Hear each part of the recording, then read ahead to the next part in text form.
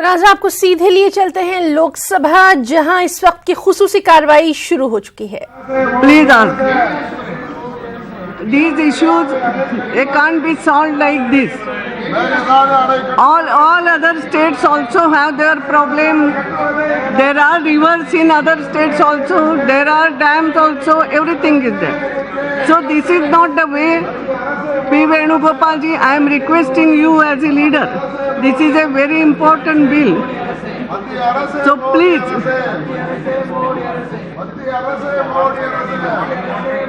ये महिलाओं के अधिकार की बात भी हो रही है एक प्रकार से। Please I am requesting again and again, माननीय सदस्यगण, नियम 377 के अधीन मामलों को सभा पटल पर रखा जाएगा। जिन सदस्यों को नियम 377 के अधीन मामलों को आज उठाने की अनुमति दी गई है और जो उन्हें सभा पटल पर रखने के इच्छुक है, वे 20 मिनट के भीतर मामले का पाठ व्यक्तिगत रूप से सभा पटल पर भेज दें। केवल उन्हीं मामलों को सभा पटल पर रखा माना जाएगा जिनके लिए मामले का पाठ निर्धारित समय के भीतर सभा पटल पर प्राप्त होगा। Item number 18 and 19 now we will take together this. Yes sir, yes sir, खड़गे जी।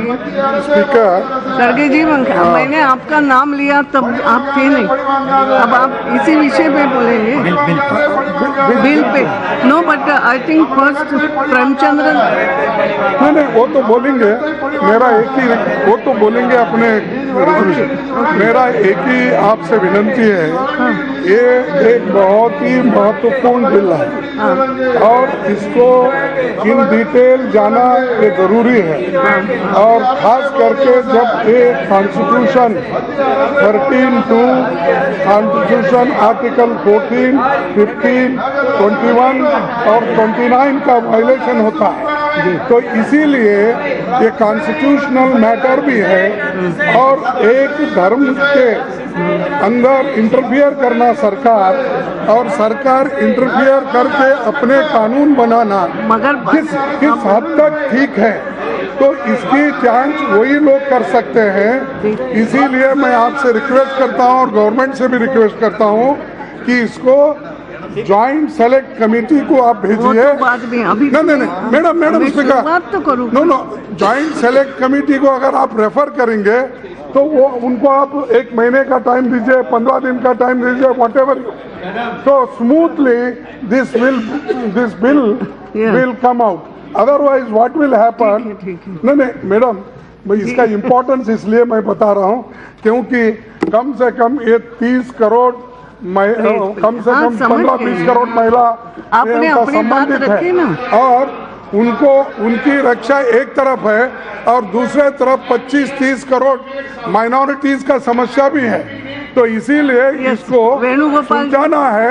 तो मैं आपसे विनंती करता हूं कि ये ज्वाइंट सेलेक्ट और सारे detail Venugopal, please. Yes Venugopal ji. Yes madam speaker, हो गया ना आपको, उनको भी बोलो तो बाहर आए kindly. Madam, it is a very important bill, madam. Yes. It is very unfortunate that the union government has brought minor changes in this very sensitive bill and did not incorporate the important amendments. You will speak when you are speaking on bill. No. Then, no, I want to send it to refer to. You want it? Yes, madam. Okay. Yes, madam. Yes, joint parliamentary committee or joint select committee, madam. Okay. Yes, Sudeep ji. Madam, this is the bill where in many places we are of the same opinion that these we don't mind. We need our mind, our Please. your member has said. Madam, many portion of the bill, the House will be of the same opinion, no doubt about it. Yes. It is a very important bill, and you are stating the rights of the woman is concerned. Yes. But if Honorable Minister can consider to send the bill to the Joint Select Committee, I think it will be no harm. It is the total opposition parties are of the total of the opinion. So I will request you to tell Mr. Ravi Shankar Prasad ji if he agrees with the proposal, and he can take 15 days to 3 weeks time as Kharge ji proposed. Just now, yes, please, now. Everybody, how on the same issue, everybody, is it not? You speak on bill, all of you, then we'll see. Plus, have some discussion at least. Anybody? Yes. Now everybody will start speaking. Don't do that, please. Yes. No. Yes, I am only requesting the Honorable Speaker. Yes. If you see the bill itself, the government has not consulted any stakeholders. Leave aside people who are opposing it also, or for it also. So that is why we request you, madam, Okay. please Or use, you madam, can please use your associate. discretionary Yes. powers and refer I this am select saying committee. you can Give it a associate time of with 15 this. days. We'll come back with good proposals. Okay. All of you are associating with the demand. No, you say one thing only. That is all. If everybody starts speaking, please. No, everybody will. You associate only. Okay. Supriya Sule is associating with this demand. Bhagwan Singh Man is also associating. Prem Chandran associating. Yes, I can. Yes. You can associate with this. No, not nothing. All of them, they are not. Karunakaran's party is also associating with this. You are with this demand, no? Yes. Okay. Yes, Dharmendra ji, all of them. Yes, Tomer ji. बैठिए. आप अकेले नहीं चिल्लाओगे. आप associate कर रहे हैं, जितना ही जाएगा. सब नहीं बोलेंगे. Yes, nothing will go on. माननीय अध्यक्ष महोदय, जी, ये बिल बहुत महत्वपूर्ण है जी, और इसके महत्व को पूरे सदन ने समझने की ज़रूरत है। पहले भी इस बिल पर चर्चा हो चुकी है। जो विषय आए थे उन मामलों पर सब दूर विचार किया गया है। मैं समझता हूँ कि जब पिछले दिन सत्र चल रहा था उस समय भी ये बात आई थी और उस समय माननीय खड़गे जी ने भी ये कहा था कि इस बिल को हम 27 तारीख को लेंगे तो हम निश्चित रूप से चर्चा करने के लिए तैयार हैं और लगभग सदन का मत इसी प्रकार का था। मैं आपसे अनुरोध करना चाहता हूं कि इस बिल की महत्ता को देखते हुए, क्योंकि यह बिल राजनीति का विषय नहीं है, महिलाओं को न्याय दिलाने वाला विषय है और करोड़ों करोड़ बहनों की पीड़ा के निराकरण करने वाला विषय है, इसलिए इस विषय पर विस्तार से चर्चा कराई जाए। माननीय मंत्री जी जब बोलेंगे तो इसके पीछे जो उद्देश्य है, कारण है, उसके महत्व को प्रतिपादित करेंगे। उसके बाद सदन का मन बनेगा, उस निर्णय होगा। मैं आपसे रिक्वेस्ट करता हूं कि इस पर चर्चा कराई जाए। okay. So again now, Mr. Prem Chandran, you have to remove your. What's it? I move the resolution. Everybody. Madam Speaker, I move the resolution. Let minute, yes, you discuss and after that you decide. Yes. Don't do that. Yes.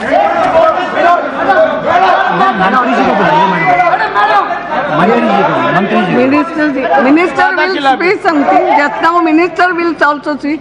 Let him move the resolution only and then minister will also speak only.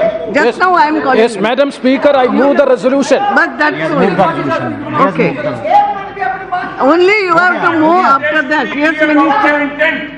Their intent is suspect. Let him. These are the same people who were objecting to Sabrimala judgment. Only minister statement will go on record.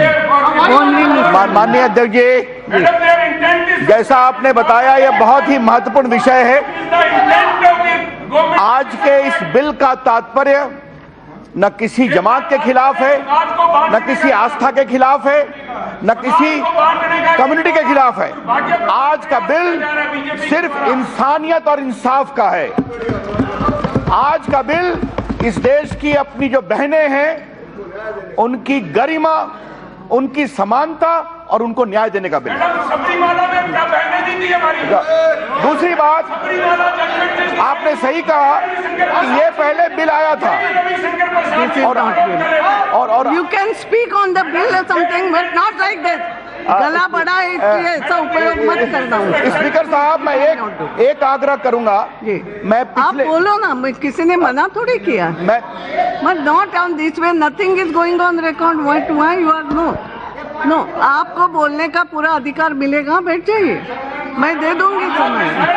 Madam speaker, पिछले हफ्ते जब मैं इस bill को लेकर खड़ा हुआ था तो माननीय खड़गे जी ने कहा था कि हम इस पर शांतिपूर्ण बहस करेंगे। आज हम उनके विचारों को सुनने को तैयार हैं। मैं आग्रह करूंगा हमारे विचार भी सुने कि हम इस बिल को क्यों लाए हैं। अध्यक्ष जी, मैं बस 5-7 मिनट बात खत्म करूंगा कि जब हम दिसंबर में बिल लाए थे तो अभी राज्यसभा में उसको हम विड्रॉ भी करेंगे, लेकिन यह बिल यहां पास हुआ था।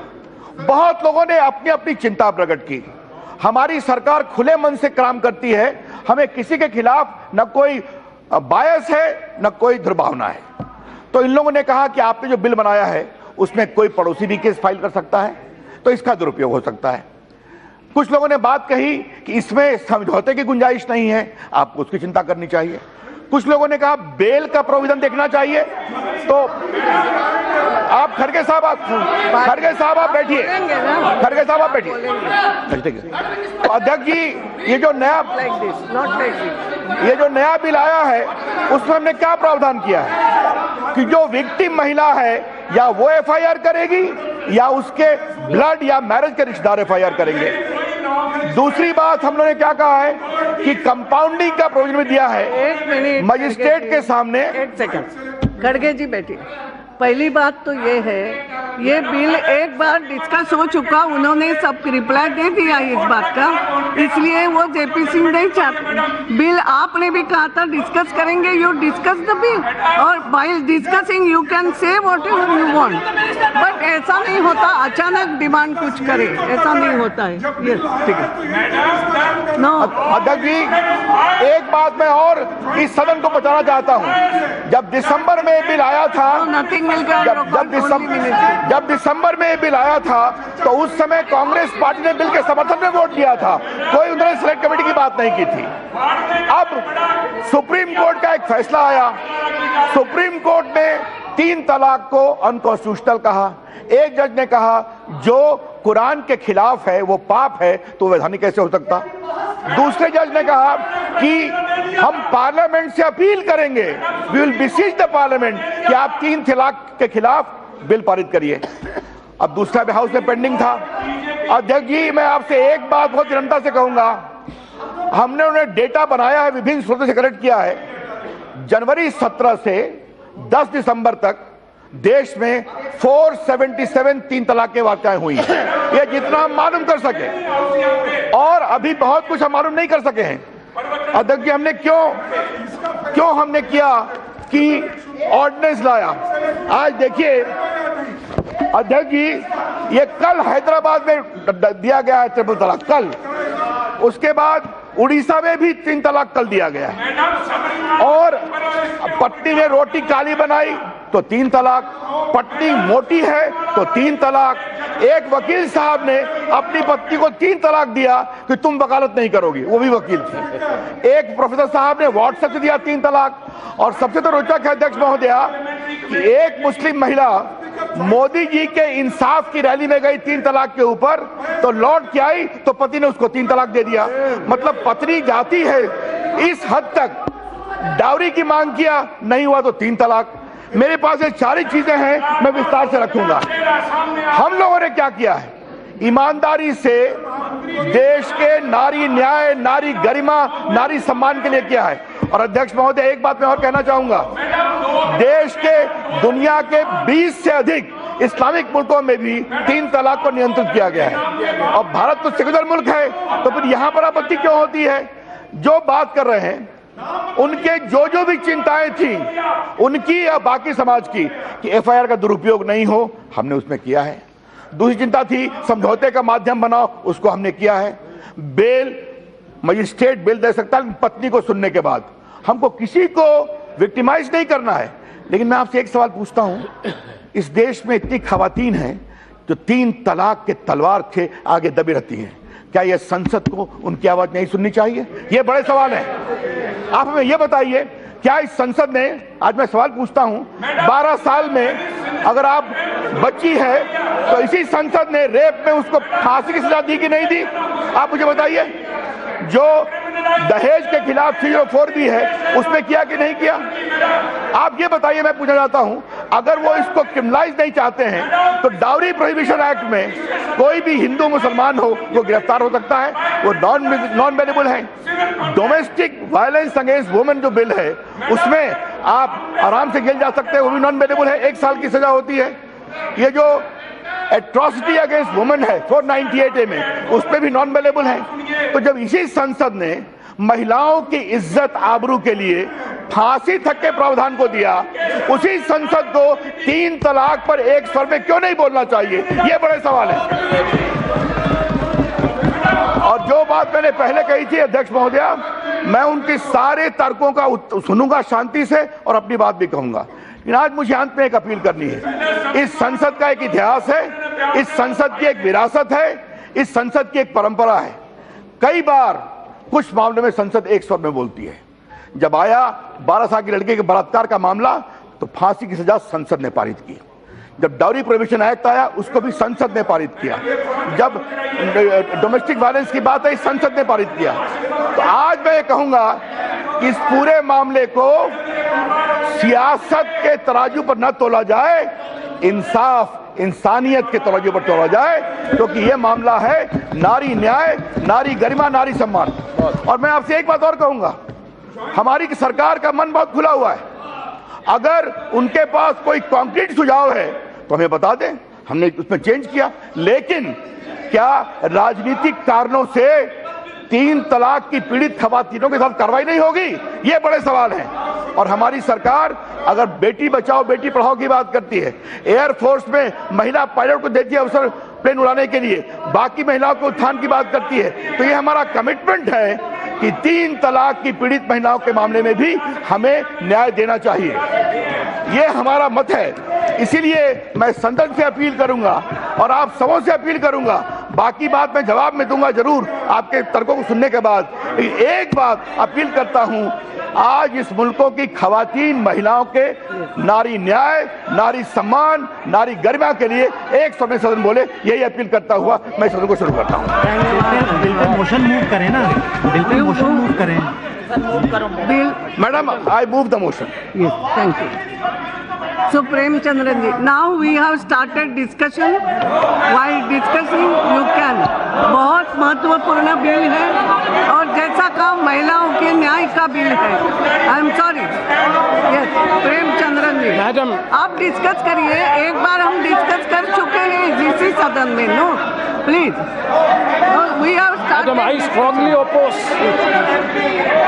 I strongly oppose Premachandran ji, both the ordinance and the bill relating to Muslim women protection of rights on marriage, bill of 2018 and ordinance of 2018. Madam, the issuance of Muslim women protection of rights on marriage ordinance and further introduction of the new bill is against the basic principles no, of it will not. No, legislation and against the well-established constitutional precedents please. and procedure. We have started Hence, I discussion. strongly oppose the bill. आपकी बारी आने पर आप सब बोलिए, सब record में जाएगा अच्छी तरीके से। Yes, please. Madam, with your permission. Madam, first of all, I would like to deal with the validity of the ordinance and the bill. Madam, both the issuance of the ordinance and the introduction of the new bill are not proper but with an ulterior motive to get the political gains. This is lacking, this bill as well as the ordinance is lacking bona fides. It is absolutely with an intention to gain political motive. That is the hurry which is being shown by the government in pushing this legislation through. Madam, here in this case, the Honorable Supreme Court in Sairana Bano versus Union of India and others on 22nd of August 2017. On 22nd of August 2017, in a majority judgment of 3:2, set aside the practice of talaq-i-bidat, that is 3 pronouncement of talaq at once same time, and that is being practiced among the Muslim women in the country. Madam Speaker, All India Muslim Personal Law Board All India Muslim Personal Law Board was the 7th respondent, and they have filed an affidavit. That in the affidavit it is being stated that it is not the court to decide on the matters of religious practice, but the legislature has to make a law. That was the observation or the affidavit made by All India Muslim Personal Law Board. The minority judges, the two judges, has endorsed the view that is, yes, it is the parliament has to make a legislation. But unfortunately, madam, you may kindly see, it is not the majority judgment. As the Honorable Law Minister Ravi Shankar Prasad ji has just stated, it is as per the direction of the Supreme Court, this bill is being brought before the House and the ordinance is being promulgated.